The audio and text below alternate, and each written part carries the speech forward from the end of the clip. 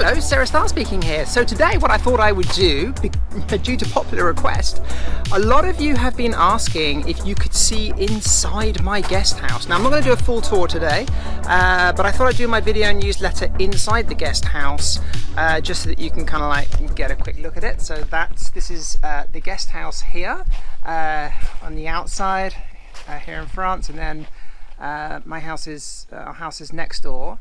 And then the guest house is the attached house here. And then this is the front garden. Okay, so let's go inside and have a quick look. So I'm going to switch the camera around to the front. There we go, let me just close the door. So this is the living room. We've just kind of completed it. And this is the kitchen. Here we go. So there we go. So that room there goes through to the games room, which is not yet completed, so I'm not going to show you that. So that's a huge room, about 4 times the size of this room, which is a games room that's going to have a pool table in it, ping pong table, TV and all that kind of stuff. And then above that is are some bedrooms. So yeah, I just thought I'd quickly show you that. So today what I want to talk about is something which has been bugging me for a long time. So let me just get set up and then on the table here, and then I want to talk to you today about Twitter. Alrighty, so Twitter. So Twitter's one of those funny things. It's been a social media platform that I've tried to market on, since the very early years of myself doing internet marketing. I remember years ago going to some internet marketing seminar. I think it was like probably 2010 or something, and there was some guy there promoting this software tool which would like set up Twitter account. Well, no, you put like pre-made Twitter accounts into it. You can have like 100 accounts in the software, and then it would tweet your tweet to over 100 accounts, and it would basically build up your followers so that within, let's say, a month, you could have, let's say, 500,000 followers. And then you could get like a lot of traffic and make a bunch of sales from tweeting promotional tweets. And he showed, he showed how much traffic he was getting from this and how many followers he was getting from this. And I got really excited and I bought the product. I had to go out and purchase some pre-made accounts, loaded up the software. I even had a spare computer, my old computer at the time, which I thought, I'll just like install this software on my spare computer in my spare room at home in London. And I'll just leave this computer on like 24 hours a day, sending out friend requests and you had to follow people, and for every like 3 or 4 people you followed, one person would follow you back, and that was kind of like the stats. And sure enough, it worked, and I did end up with tens of thousands of followers over multiple accounts. So I had literally hundreds of thousands of followers over multiple accounts. And sure enough, I started to get a ton of traffic from this software, which was really cool. However, do you know what the amazing thing was? I made 0 sales, didn't make any money at all. And I tried again like a year or 2 later with some other software that came out that was very similar, had identical results. I think I actually got a few opt-ins to my email list, but surprise, surprise, those few people that did bother to opt into my email list, you know how much the stuff they bought? 0. They bought nothing. And this is the same story I've heard with lots of marketers online. They tried the same thing. It was kind of like a fad at the time. Lots of traffic, but no sales at all.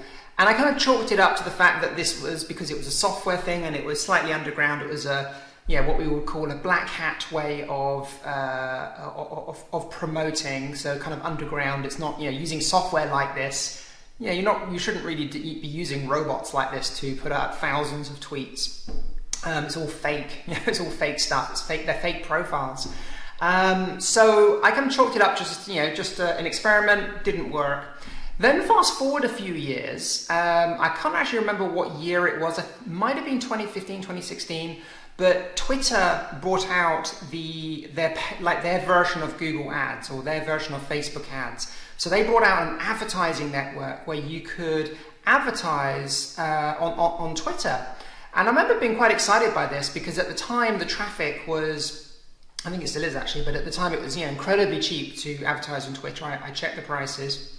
And I knew from previous experience that paid traffic, you always get like a much higher quality traffic when you pay for your traffic on a platform. So for instance, with YouTube, you get a higher quality traffic from YouTube ads than you do just from like free traffic. The same on the internet, you get a higher quality traffic from, let's say, Google paid ads than a search listing. Even on the front page. So if you've got like a #1 listing in Google for your website, and then you have a #1 advert, like #1 listing on the front page for an advert, the advert will get more clicks and will actually get more conversion rate. And I know this because I've tested it in the past. So I was really excited by Twitter ads at the time, and somebody who worked for me at the time was someone called Catherine Ford. You may remember Catherine. She still does some work for me sometimes. And she was learning about it as well, and I was learning about it. And I said, look, why don't we both independently run some adverts on this Twitter paid advertising network independently, and we'll both promote different things. We'll have 2 campaigns where we'll both promote completely different things, and we'll both promote the same thing. So we both did that, and we compared our notes the following month, and the results were exactly the same as the robot traffic. We got 0, nothing. A lot of clicks, a lot of interest, a lot of impressions, a lot of people clicking on things, but no sales, which is the most important part of it. And so I really didn't know what to make of it. And I just said, okay, look, Twitter doesn't work. And I just have always said, maybe it works in other niches. Maybe it's just like internet marketing. Maybe internet marketing is just a bad niche for Twitter. It's probably just more for media people or celebrities and stuff like that. That's how I've always thought about it, until something very interesting happened recently, and that is, you may have heard that Elon Musk was going to buy Twitter. So he's got like a big following on Twitter, and he decided for whatever reason to purchase Twitter. And actually it's not a crazy idea when you think about it, because a lot of very wealthy billionaires have bought newspapers or TV stations. People, the media doesn't think much of that when that happens, but when Elon Musk wanted to buy Twitter, then it's all over the internet for some reason. If you think about it, a social network is the equivalent of what a newspaper was 20 years ago. Yeah, so it's nothing unusual. So he wanted to buy Twitter, which I think if it had been a good social network would have been a good move on his part. Anyway, he was going through the motions of purchasing Twitter, had made an offer, and then he asked to see like the data logs of Twitter, because he wanted to make sure that their claimed, I don't know the actual figures, but he wanted to make sure that the users that Twitter claimed they had on the platform were real. They weren't like robots. It wasn't like 30 or 40% of all the users on Twitter were robots. He just wanted to make sure that, because if, let's say, 30 or 40% of all of the users on Twitter were robots, you should get it cheaper, yeah? You shouldn't pay the full price. And they wouldn't provide that data. They point blank refused to provide that data and refused to allow him to look at the logs. So as a result, he's pulled out of the Twitter deal, which I can completely understand, and now it's going to court. And the funny thing is, if this goes to court, they're going to have to show this data anyway in court, so I have no idea how they're going to get out of that one. However, this just really confirms my long-standing belief that there was something up with Twitter. There was something wrong. Something wasn't quite right. Things didn't quite add up. And it's really interesting to see how something as big as Twitter can just be smoke and mirrors. And actually their user base is probably very, very small compared to what they actually say it is. So yeah, it's interesting how these things work. So I just wanted to tell you that story. However, one advertising platform that has always worked for me since day one of internet marketing has been Google advertising. And if you think about it, it kind of makes sense, doesn't it? Because the number one search engine on the internet is Google. When you want to know something, you want to find something out, what do? You go to Google and you type in the question, yeah? Chances are when you first decided to get into internet marketing, what did?